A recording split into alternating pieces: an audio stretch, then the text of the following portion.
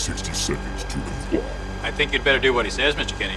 You have 60 seconds to comply. This is minute 20. Part man. Part machine. Or pod. This minute begins with Murphy telling Emil to spread his legs, and ends with Boddicker asking Murphy, "Are you a good cop, hotshot?" I do like the, that, are you a good cop? Must be some kind of super cop. To our dears and listeners, we were talking earlier about, I don't think we've got much to say, but on further reflections, I've got a few things to say. Yeah, I literally have no notes, and we opened, before we started recording, we're just talking about cars again, because that's all I'm interested in now is cars. And there's no cars in this minute, so... I'm useless. Thank you very much. You can like, share, subscribe. Yeah, what am I even here for? I mean, okay, so I do... Well, I've already commented on the costume, so, like, I don't have any expertise to give you here. You mean you don't have any expertise in the robots mans in the futures as well? There aren't even any robot mangs in this minute. No. That's okay, we're very close to seeing the robot mangs, but my first note on this minute is Chen and Leon have the higher ground. They do. It's over, Murphy. And it kind of is. So, as I was reflecting on this minute, I would call this is the beginning of the inciting incident of this movie. Yeah. So, we're 20 minutes in, which is not necessarily a big deal, but, you know, this is the moment where, essentially, this puts Murphy on the path to becoming RoboCop. Not necessarily by choice. If anything, it was orchestrated by at least two people in OCP, being Dick Jones starting the crime wave and Morton shuffling the cops around to put Murphy in the prime position for the candidacy program. Oh, we'll get to that when we get to that minute, I guess. But yeah, Morton had already knew Boddicker at that point, and so this is... Dick Jones knew Boddicker, yes. Was Dick Jones? Oh, okay.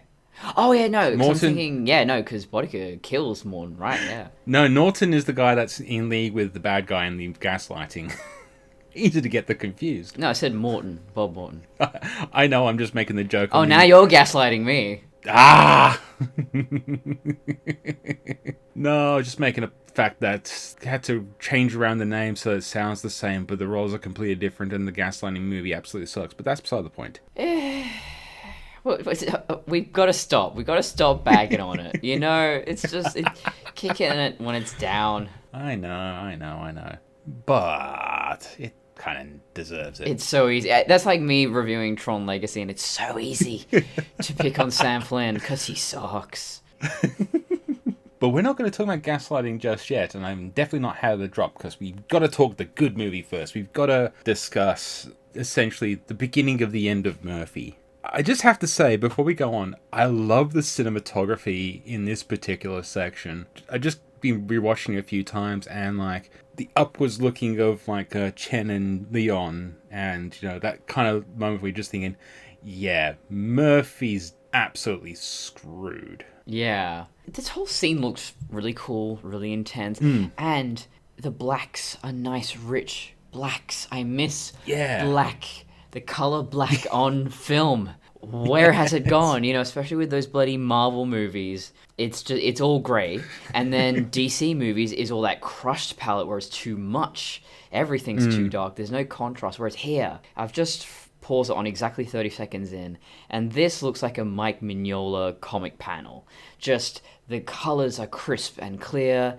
The black, there's a contrast. It's very solid shapes. It's practically solid shapes, and I'm loving it. I tell you, the shot I absolutely adore. It's around about 18 seconds in, and it's the shot where the gun lands in the tub full of money. Oh, yes. It's one of those things where I can't tell you why, honestly. I mean, it is a good shot, but part of me thinks, like, there's just some deep symbolism here that I just can't explain. The whole... Blood on the money with the gun. The blood on the money, the gun next to the body, and the plastic... I don't know, it's just composition, and just, like, it's wow. I like it. I don't know why, but I really do like it. Yeah. It's just graphically very arresting. Even though America does not have colorful money, I think, you know, there's just something... I mean, obviously the blood, but there's something about the framing draws your eye. I think that's the thing. The blood works well with that kind of monochromatic money, True. and it's just that bright splash of red. and the gun landing in it. It just kind of says a lot without really saying anything. And again, it's very comic book, I feel. Could absolutely see that, especially in an 80s comic book. Not Frank Miller. Yeah.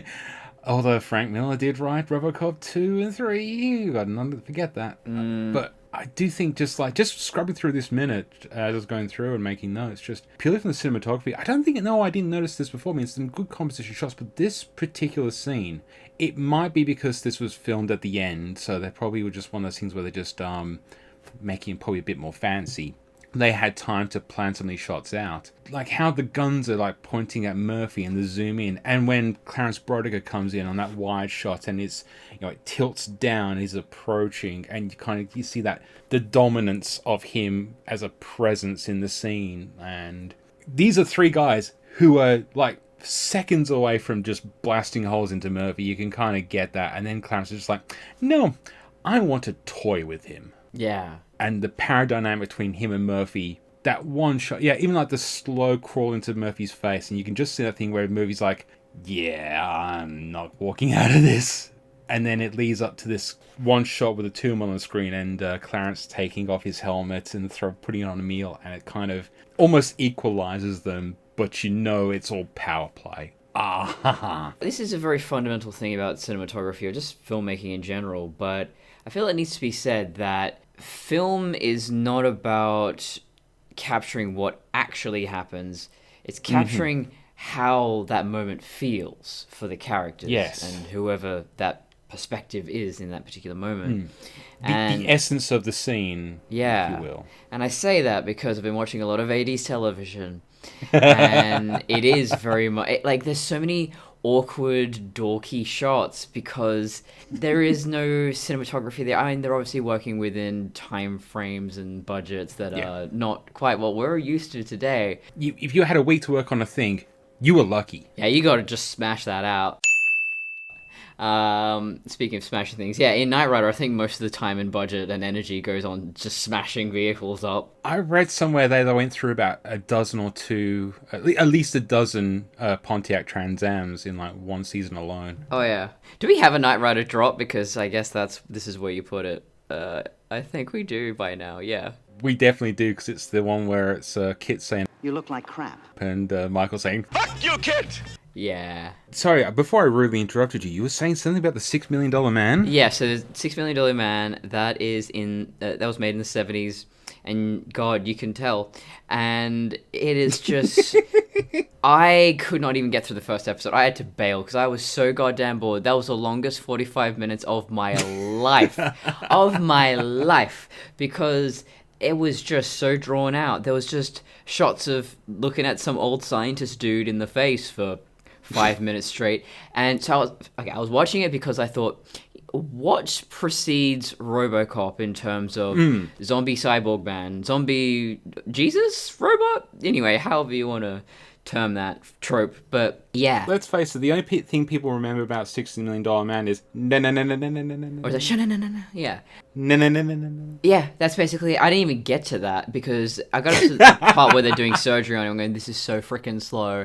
And I'm watching it on a streaming service with commercials, so I couldn't even just get to the good bits or play it on double speed. So maybe I'll download it and do that. But yeah. No, I don't have the DVD.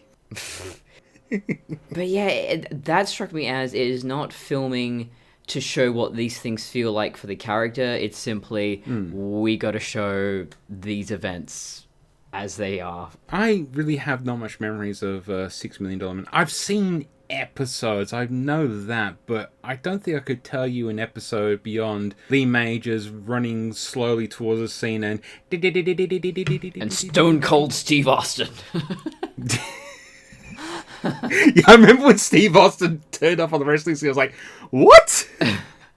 He didn't even do a cyborg thing. Did someone dig up Lee Majors? Okay, it's somewhat related. It amazes me how few people actually understand what the fuck a cyborg is. Because I was doing a little bit of research to the $6 Million Man and cyborgs in pop culture.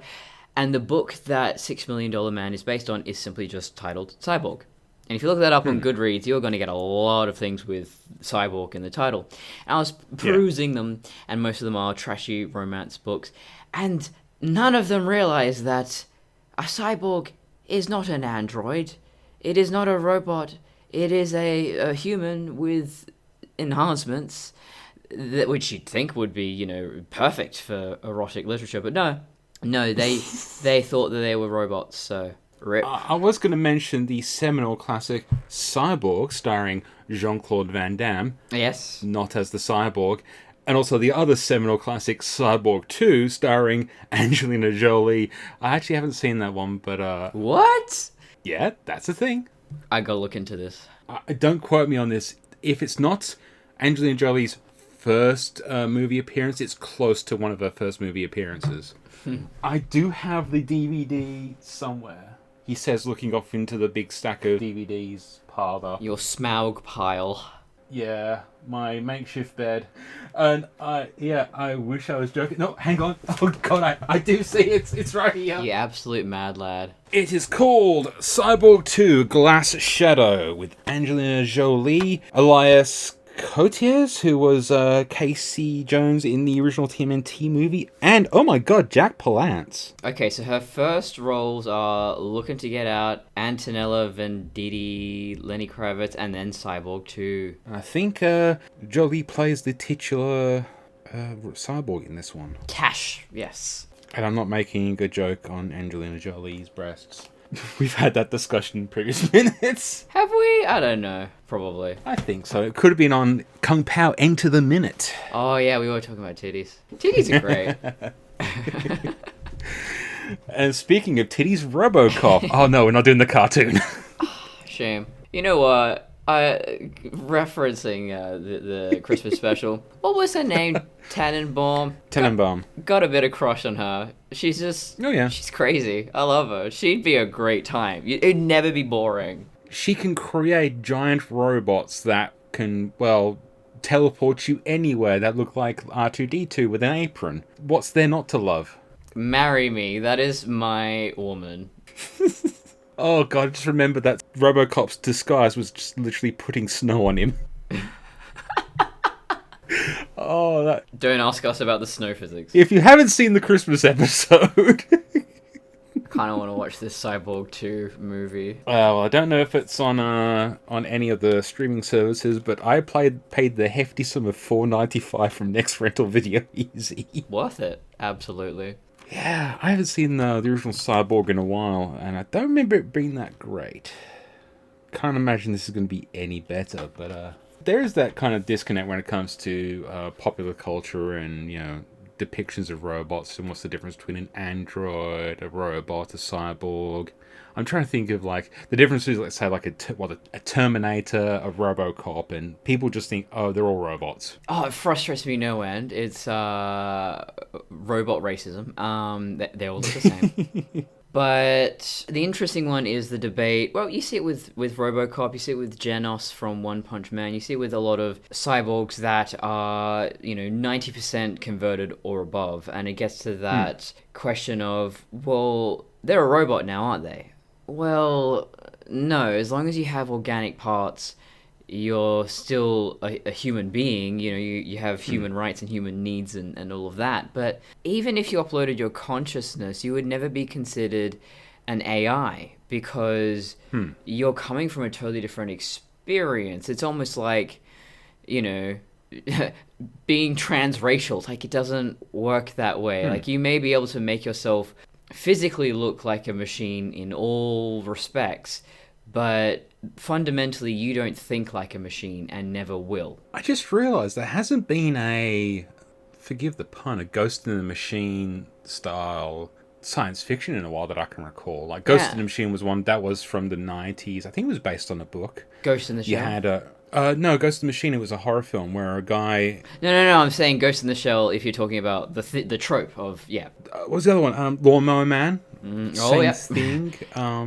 Guy... Great special effects, definitely hold up. Yeah, they did a sequel with Matt Frewer, Max Headroom, lovely, and the time traveling con man from TNG. No matter where that man shows up, he will steal the show. He will be a delight. And he'll be utterly crazy. Oh my god, look him up in Altered Carbon. If you've not watched Altered Carbon, just watch the scenes he's in, honestly. I haven't watched it yet. I should get around to that. That seems to be my tagline in this podcast. I should get around to watching that. Yeah, I didn't think I watched a lot of movies until I met you. I just watch a lot of different things, but steering us headlong back into RoboCop. I want to get back into this whole idea of Oh yeah, my initial freaking point. I didn't even make my freaking point in the end about $6 Million Man. Yeah, so. Oh, sorry. Yes, forgot about that. Go on, $6 Million Man, Robots Mans. Yes, I'm surprised that not very much has changed in terms of how they depict cyborgs, and I think what really played in their favor was they didn't go into specifics of how it works. You know, with Kit and Knight Rider, they try to explain things, and that actually backfires, no pun intended, because you go, well, that doesn't. What the fuck is an alpha circuit? What does that mean? Like, they go into all these specifics, and that, not helping.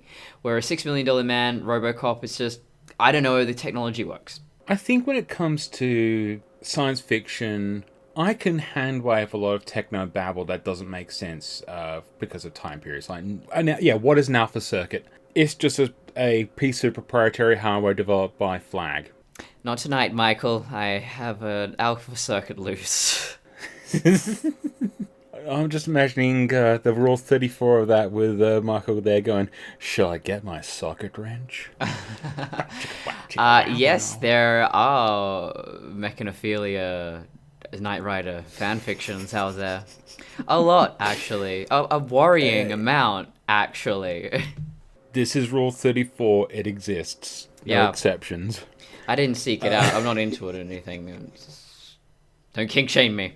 But again, as a Star Trek fan, not trying to crowbar it in there. Well, shit. I can grok technobabble. The thing that really started to annoy me with modern day sci-fi. Actually, this is not just modern day sci-fi. This is modern day storytelling across the board. It's almost like they're trying to cover their ass to try and explain a lot of things. Like, it has to be plausible to be accepted. Yeah. When it's like, a guy can fly through the air because he gets magical powers from the yellow sun, and a green rock makes him not powered.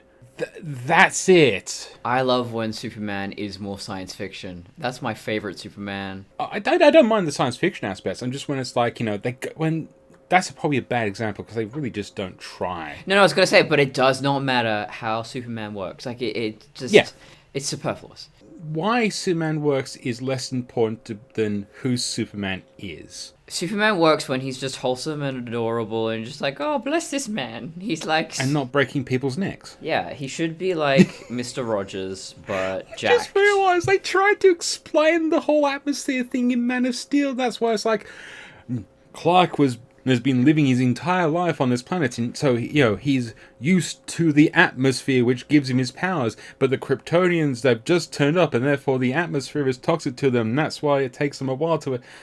Again, over explanations instead of focusing on the damn plot. And I think RoboCop the remake suffers from this as well, which is one of the reasons I was going to bring it up. Oh, a very good point. Yeah, I think we're in a time now where, for whatever reason, I guess it's the internet and fanboys being like, well, that's not realistic. So the writers are like, oh, we have to over-explain that.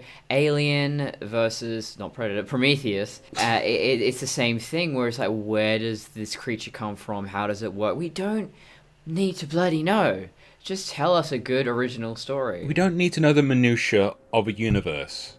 Yeah, because I think all the world-building stuff is cool, but I would say as difficult, like an entry-level story. Witcher is not an entry-level story. The Witcher is a really great example of world-building, though, where it's built on top of this foundation that's really interesting. You go, oh, hang on, but there's portals to other dimensions? So is this science fiction? Where are these portals? Where do they go? And it brings up all these questions that are never really focused on and should never be focused on because it doesn't matter. Exactly. That's great storytelling. It's not a matter of having to explain everything beforehand. It's a matter of at least explaining as you go along, or at least crafting a good story. Like, it's enough to build intrigue, so you go, oh, this xenomorph. I think the best thing a storyteller can do, this person finishes the book, walks out of the movie, and they just keep thinking about it, go, so what is a xenomorph? Where did it come from? Holy shit, like, what is that? This is where when I bring up, like, why I could not get into the Silmarillion, was because it felt like I was having to read the Bible before I had to read a modern day set movie. It was just like, you're just throwing me pages upon pages upon pages upon pages of backstory with no context, and like, I need to know all this stuff, but as I'm reading along going, I don't need to know any of this. What is the point? Well, it's never meant to be published is also the thing. Yeah, but I'm using that as an example of backstory is good, knowing things are good, but unless it's furthering the plot or developing a character, it's unnecessary. Yeah. It's damaging sometimes. I don't need to know that emotions make the Robo-Man not work good now. Yeah. Because, like, I've seen a movie where the emotions don't make the work, actually weren't a thing in the original one. And it just feels like a tacked on plot to... So I was thinking about this. The funny thing is, in the RoboCop remake, the inciting incident is technically when the Ed 209 shoots the boy. Yeah. Because that is the moment that spurs on Raymond Sellers to create the... No, we're not getting to gaslighting just yet. This is all backstory. Which incites Raymond Sellers to develop the Robot Man to get it through Congress so he can take over the world. Murphy has no inciting incident apart from being blowed up and turned into the Robot Man. No agency. Whereas this, the agency is also, he doesn't have it. But this is an incident that deeply affects the course of Murphy's life, or at least the rest of his unlife. He gets brutally murdered.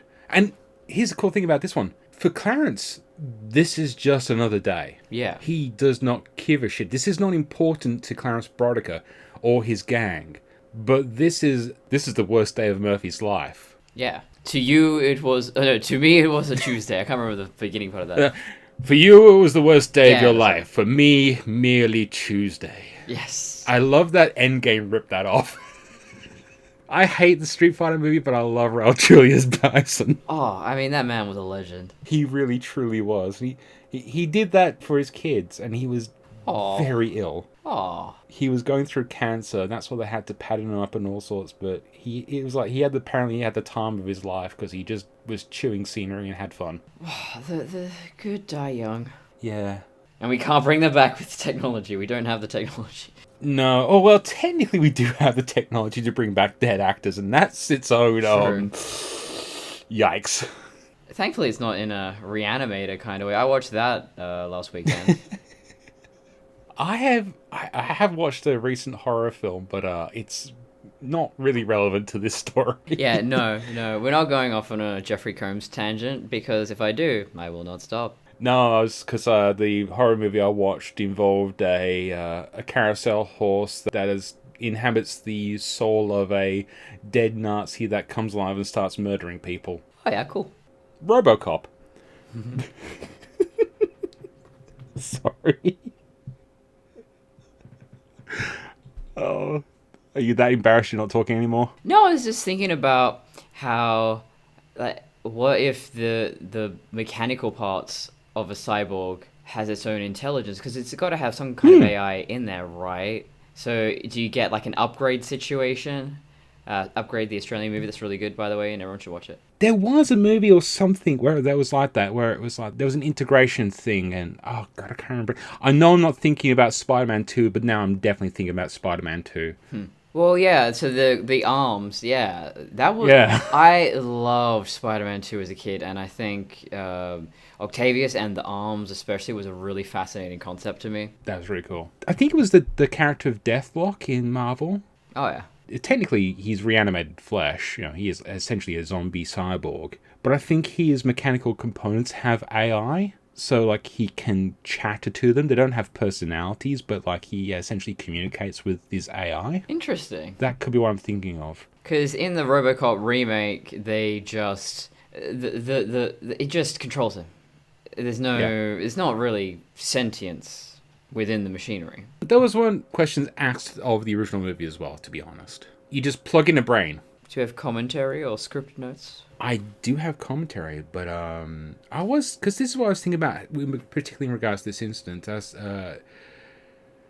this is a setup of a fate storyline for Murphy. And I think this is what I've been thinking about, because I've been reading the autobiography of James T. Kirk, and this is why I hate, again, this modern storytelling. And I think there's a little bit of this in RoboCop to a certain degree, the remake, I should say. In the modern day Star Trek, everything's about destiny. Like, it was Jim Kirk's destiny to become the captain of the Enterprise. Oh, yeah, I hate that.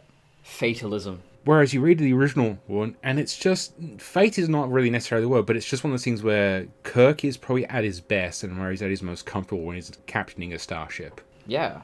It's brilliant. And, like, in this, Murphy's fate is to become RoboCop, not because he was destined to become to, but because of the machinations of other people. Yeah. And he has to essentially deal with his lot in life.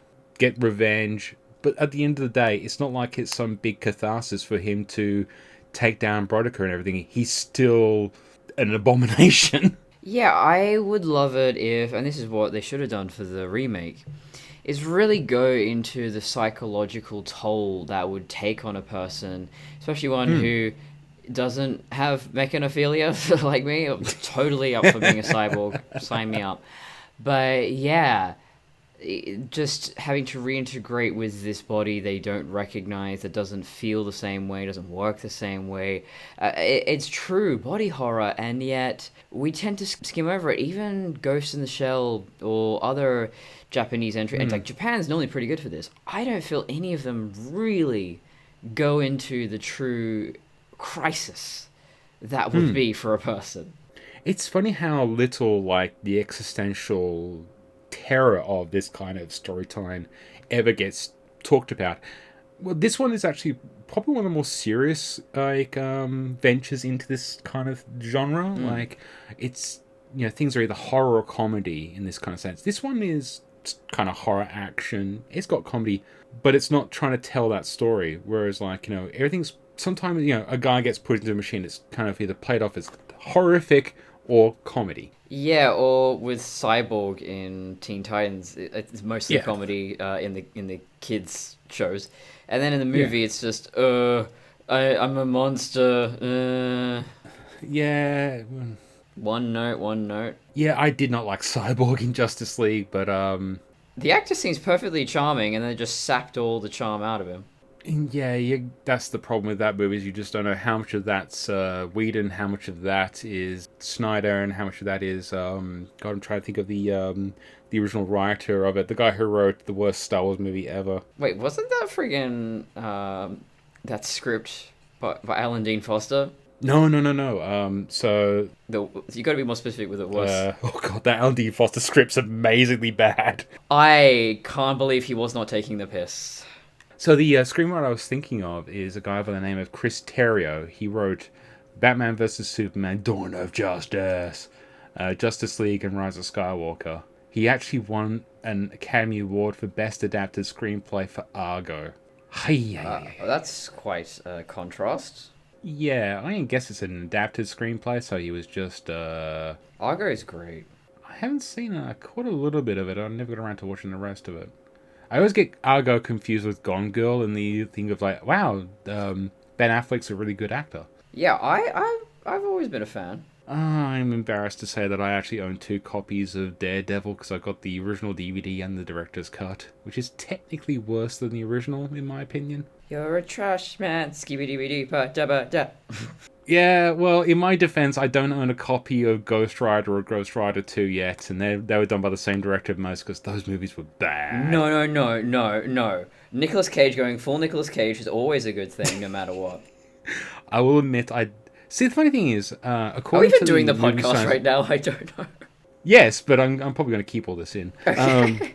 According to the Movie Signs with the Mads podcast, the best way to watch a movie is on a plane, because they travel so much doing tours that they end up watching most of their movies on planes. Oh, yeah. And I watched Ghost Rider on a plane, and it was not good. I love it. No, so my point is that... what was my point? Yeah, I just don't like a lot of modern screenwriting, and I'm just getting sick and tired of this whole destiny thing. And yet, The bloody Last Jedi, I think, actually, for once, goes into the psychological ramifications of living a life that's full of all this stress and loss and pressure. Yeah. And in fact, it kind of turns the whole Destiny thing on its head, which is why I love it so much. And also one of the reasons why I hate Rise of Skywalker, written by Chris Terrio, so much is because it's like, no. Destiny is the whole thing, and it has to be a Palpatine, and blah, blah, and there's Skywalker, and blah, blah, blah, blah, blah, blah, blah, and shoot me in the face. Yeah. So, before we get too far into the weeds, I do have some commentary. Ed Neumeier talks about how, I'll quote him, "This is the one scene that a studio development process would not want you to put into a movie, is a torture murder sequence like this one." Verhoeven disagrees with him on this, but what Ed's talking about is how, when they were recording this audio commentary, which was 2004, it was a lot different in Hollywood, and they're like, they wouldn't do anything this graphic and violence, especially if they want to, market it to mass audiences. And I think he's being a bit prophetic here, because 10 years later, we got a relatively bloodless RoboCop remake. And yet, we've got Deadpool and stuff, so I don't know. What happened? Yeah, it's almost like when a creator or a bunch of creators who are very passionate about a project, true, that they're willing to say, I don't care if we're not going to make this much amount of money. We want to make the movie we want to make, and fuck you. We might only make $100 million, but at least it's going to be $100 million movie that we're going to love, and end up making $1 billion. I think it was like $500 million, and it was like the most R-rated movie ever made. Hell yeah. It's been surpassed now by something else, and I can't remember what it is. Yeah, I love it when the studios take a chance and do something original and coming from a genuine creative perspective, which is not what the RoboCop remake is. But I don't think we're ready to jump to RoboCop remake just yet. Ed arguing about the scene, how, the point is, it's a scene here where people are making jokes about blowing people's arms and hands off. There is no way that you'll get this through a studio development process now. And yeah, I think he's right. That's obviously changed post Deadpool, but this is where it gets really cynical coming into things like remakes for me. It's like, they want to get a well-known property. RoboCop is well-known, but it wasn't developed to be, a PG comedy that was appealing to the masses. It gained an audience despite being not marketable to kids. Yeah. It gained a huge kid audience. Yeah. And of course they go, we can't market a kid movie with blood and guts, so we have to tone it down, and then tone it down, and then tone it down to the point where it's just, I don't know the best way to describe it. It's just inert. It's like nothing to it. I think that's pretty much all my ranting and raving over. That's all, mate. Well, I didn't have any notes. I do have one little thing. I didn't write it down, but I've actually got the novelization and the script in front of me, because I managed to find that, finally. Mm-hmm. And just a little bit of alternate dialogue, which I think is really interesting. So in the movie, when Murphy's calling for backup, he just says, Lewis, where are you? Because he's arresting Emil. Okay, so the fourth draft of the movie, I think this novelization was adapted on a previous script, judging by some of the dialogue differences. And this is definitely the one before the finished script, because this is missing a ton of different stuff. Even though this one's got Verhoeven, Davidson credited on there. This is where I'm going, oh my god, the language, they definitely tailor this for Weller and Nancy Allen. In the fourth draft of the script, he says, Lewis, I got a situation here, girl. It's getting heavy time. Yeah. Which, I don't know what that means. Well, he does say, I got a situation here, girl, in this minute. No, I don't recall hearing the girl. Yeah. He says girl? Yeah, it's in the subtitles. Well, sounds like an audio glitch. It doesn't sound like girl to me, but if it's in the audio, if it's in the subtitles, yeah, I don't know. Blame it on Stan. But then it gets worse. Lewis, I got a situation. Hey, lady, you copy me? Wow! You're an asshole, Murphy. Why? I know you've only just met. Wait, why? But I don't know. That might just be some misogyny from the novelizationist. Wait, what was the misogynistic part? I'm sorry, I missed. Hey, lady. Well, he's not going to say, hey, man. Yeah, but it's like, you know, he can say Lewis, you know, hey, lady. Yes, well, that's the thing, though. Like, why... We need to normalize female pronouns, you know? Like, it's always man, dude, guy. I mean, boy is such a meme right now. Why is it that female words are not fashionable? So I think saying, hey, lady should be normalized. It's not a matter about female words, just it feels a little bit condescending how he says, hey, lady. No, that's what I'm saying. No, exactly. When you say, hey, man, it's not condescending. So why is it that we have this association with male words versus female words? You know what I mean? I'll chalk that down to patriarchy. The patriarchy? Yeah, patriarchy. Yeah. Just reading that made me go, why would you say that? This is the problem with the novelization for me. It's just, there's sometimes it's like, okay, I like when he goes into Murphy's head. Like, we get a good insight into the character. And then sometimes it's like, why the dialogue choices unless it was in a previous script? For the most part, from what I've read of this script, is pretty good. There's a few cut scenes and a few things that have been omitted, but for the most part, it's actually pretty good. And I printed it all out because I can't stand reading screens. Don't worry, it's double-sided. I saved paper and toner. How do you live like that? I also can make notes on the page, like when that one I sent you where there's clearly a typo, which is supposed to be that it's clear now that Duffy is dead because he's dead and he's clearly a guy. But it says it's clear now that Duffy is a woman. I don't know the context because immediately it goes Duffy dead. Huh. I don't know. Is that Freudian? I don't know. Speaking of Freudian, shall we do gaslighting? Oh, that was a terrible segue. All right. This minute begins with Morton saying... Norton, sorry. With Norton... Oh, no, we forgive you. Yeah, I know. Fuck's sake, this is the first time I've done it. But this minute begins with Norton saying... Norton, whatever you want to say. He's all like, I wouldn't be asked to develop combat applications. And ends with Antoine saying, it's not good for business. I honestly did not pay any attention to the thugs' names. No, I had to look it up because who gives a fuck? I mean, sorry, who gives a fuck? I should record that and just drop that in. Who gives a fuck? Yes, put the music in behind. So, my one note is, man, this green screening is bad. Oh, wow, I did not notice until you just pointed it out. Holy shit. Oh, you didn't notice how fucking... Oh, God, it's so bad. Because I was focusing on just writing down the dialogue notes, but now actually... Holy shit, yeah, I missed that. Oh, it's terrible. Because it's one of those things where it's like, it's clearly a set, but it's like, God, you could have just shot that anywhere. In a freaking... What, you couldn't get access to an office building? Like, wait, who owns this? It's Fox, isn't it? Or... MGM. MGM. Like, the MGM offices, there wasn't just a room somewhere you could have used. I think they wanted to have a futuristic backdrop, but it just looks like any city anywhere. Could be Perth. Really could. That's literally could be the location, any city, comma, anywhere. And yeah, the discussions here aren't particularly interesting. I mean, the idea of, combat applications for cybernetics, I have to wonder, like, what were they proposing before this? Have they always been working on the RoboCop?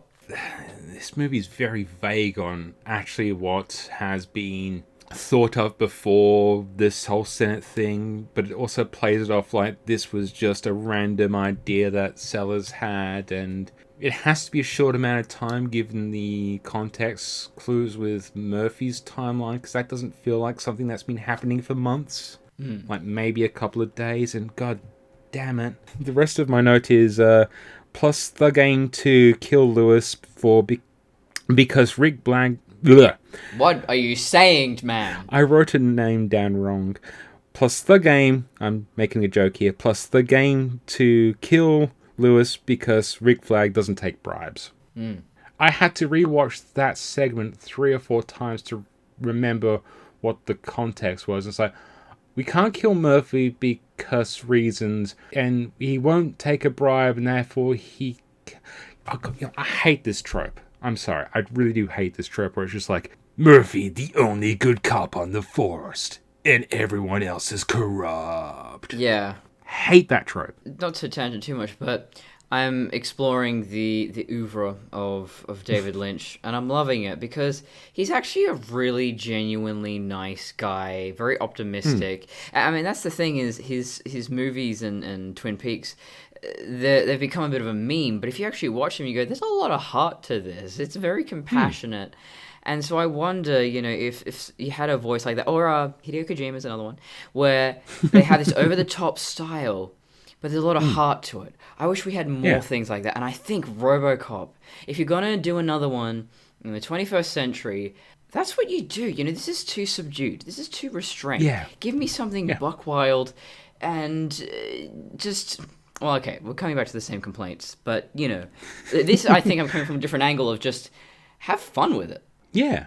And have heart, not just, there's only one good cop. Like, well, maybe it's actually a bunch of cops who are against a very difficult system that's overwhelming and things are complicated and not black and white, like real life.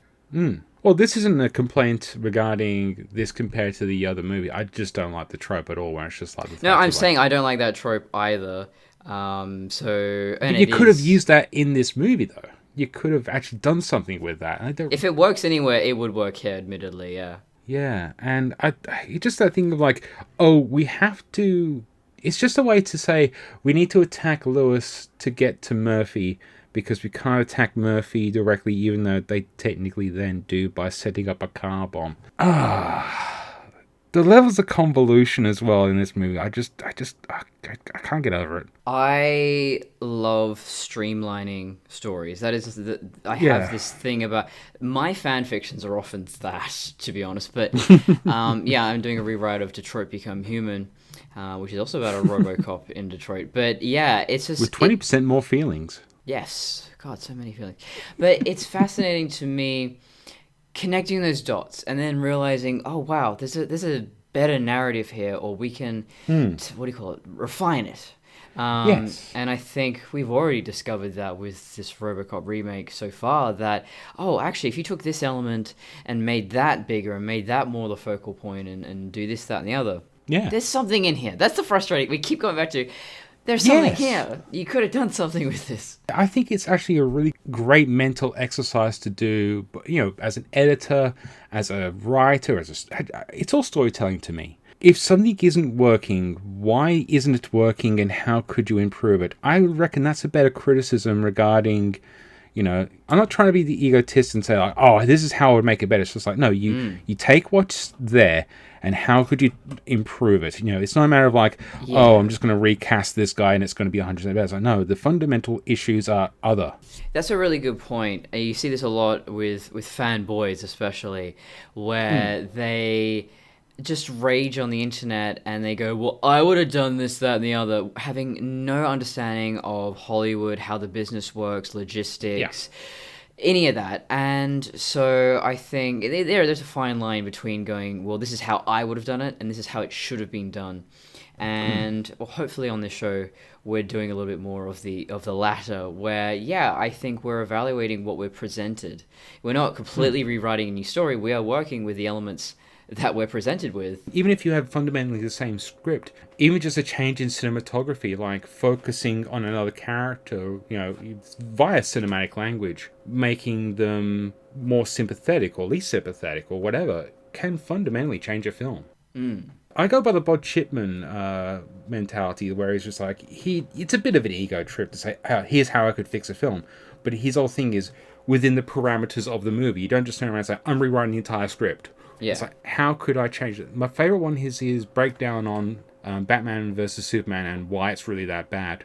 And the one thing I loved about that is he turned around and said, what would he would change to make the movies better? And it's like, essentially, get rid of Bruce Wayne, not Bruce Wayne's storyline, just Bruce Wayne. Make Lex Luthor Bruce Wayne. Fuck yes. It's still Ben Affleck. You've still got the training montage. You've still got all the stuff. You just don't have Batman. Well, it's exactly Lex's motivation. The whole idea of he's driven mad by this constant awareness that, there's a god walking amongst us who could at any time turn on us. Yeah, I think that's brilliant, and I do love... I mean, I've always been a big fan of Lex Luthor. I was probably... Just imagine a 10-year-old girl and you ask her, hey, what's your favorite character? And it's either gonna be Doctor Doom or Lex Luthor. I don't know what that says about me as a 10-year-old child, but it was the truth. And yeah, I was quite fascinated with that perspective because I hadn't thought about it in those terms before of, holy shit. Yeah, that is terrifying. You're correct, Lex. As much as I love Gene Hackman in the 70s Superman, that was not a good way to transfer that character and update it, which is one of the failings of Superman Returns. Clancy Brown should just play Lex Luthor, no matter what. I don't care if he's in his fucking 70s now or whatever. Put him in the live action movies. I don't care. Just do it. Yeah. But I think that's one of the big problems with that particular movie is that you've basically got two characters who are basically have the same motivations, the same, they're just two rich guys pissed off at an alien. And yeah, why do you need two characters when you can say the same thing with one? Unless they kiss?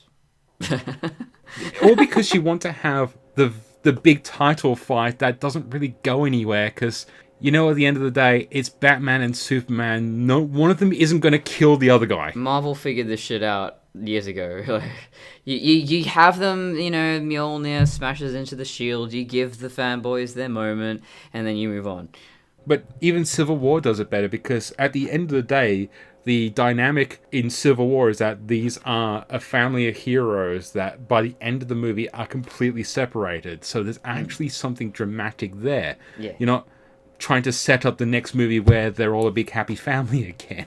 Like, what the hell? I'm looking in the background of this scene, and well, obviously the green screen is absolutely atrocious, but I think the office itself is physical, and it's interesting that we are. It's just the window. Yeah, so we are seeing trees and organic stuff in there. It's not this oppressive kind of office space that you see in the original RoboCop, and also you see this mechanical statue looking thing in a glass case, which is reminding me a little bit of Blade Runner 2049, which this came before that, but I wonder what that thing... It almost looks like maybe an exoskeleton. I don't know. No, I wouldn't say it's an exoskeleton. I'd say it's an endoskeleton. Like, it's something that's like... It could be a prototype, but like it looks like something that's things can attach onto. Yeah. Well, I guess we do have robots and we do have cybernetics in this world, so it could go either way. I can't see if it's got a head or not, but no, yeah, it looks like it's got like a little camera turret looking thing on the top, but not much little nubbin. A nubbin, yeah. But yeah, it to me it looks like a thing where it's like this is something that's could be modular. This is like the base of a thing, and you throw your guns and your armor and all your bits and bobs onto it. You wouldn't be surprised if this was actually the internal structure of Robot Cop. Oh yeah, that could work. Just hollowed out for the lungs and all that. But the dude makes robots, so it makes sense. Yeah. I think that's everything I had to say. Yeah, I really have nothing to say on the thug stuff. It's just so bland and generic, and why are we here? Yeah, that's the question I have watching this scene, where it's just, this is the most stock standard, straight out of the factory, default criminal scene. This is the scene that you walk past while you're free roaming in Arkham Asylum, or Arkham City, I should say. You have a bunch of very cliche gangsters just having this cliche conversation, and then you drop down on them and you beat them up. It's just... I'll be honest, I kind of wish Batman would come in at this moment and just break some skulls. I mean, it's what it's asking for. This movie could be greatly improved by more Batman breaking people. I mean, basically here you got, some dude who thinks he's in The Sopranos, the other guy thinks he's in The Wire. I've been watching 80s movies about crime, and they do a better job. Miami Vice, actually, some of those bad guys, pretty great. Actually, one of them, Bruce Willis, was a good episode. I liked it. Well, hang on. I knew Bruce Willis was moonlighting. I knew he had stuff before him, but I didn't know he was in Miami Vice. He was a great bad guy. Nice. Yeah, he was the first big TV actor to become Hollywood. Many have tried. Yeah. Do we even need this gangster subplot? I don't think... You can cut it out, you lose nothing. It didn't serve any point. I honestly can't remember these gangsters ever turning back up, because again, everything else regarding RoboCop's main antagonist seems to be more OCP based. You know, he's got that antagonistic relationship with Rorschach. He's got the antagonistic relationship with evil Bruce Wayne. You know what? This is RoboCop having a midlife crisis. You know, the first RoboCop, it's fit, it's efficient, it is just so spunky and full of life. And now it's having a midlife crisis. It's put on a lot of excess baggage, a lot of weight, both emotionally and physically. It's slowed right down. It is not sure who it is or what it's about. It's trying everything right now. It's drowning. No, I think you got it right. It's very, very trying. I think that's it. I think that was it like half an hour ago. We've managed to push on and get through gaslighting, so why don't you tell the viewers and where to find you? I know, it's a perfect place to stop, I think.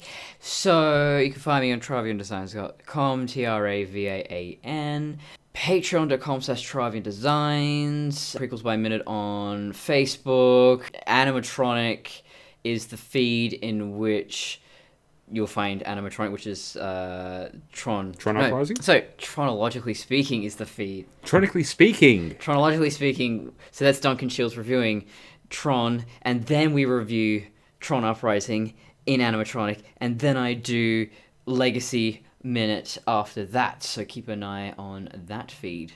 I think that's everything. Oh, and my fucking YouTube. Yeah, I got YouTube as well. I'm still doing that, talking about my whole life story, and getting a lot of dudes sending me dick pics and just like, oh, you are so beautiful. You're more beautiful now than just putting me on the pedestal. Yeah, don't do that, guys. Yeah, just the weirdest comment is, you're more beautiful now after detransitioning. It's like, what does that mean?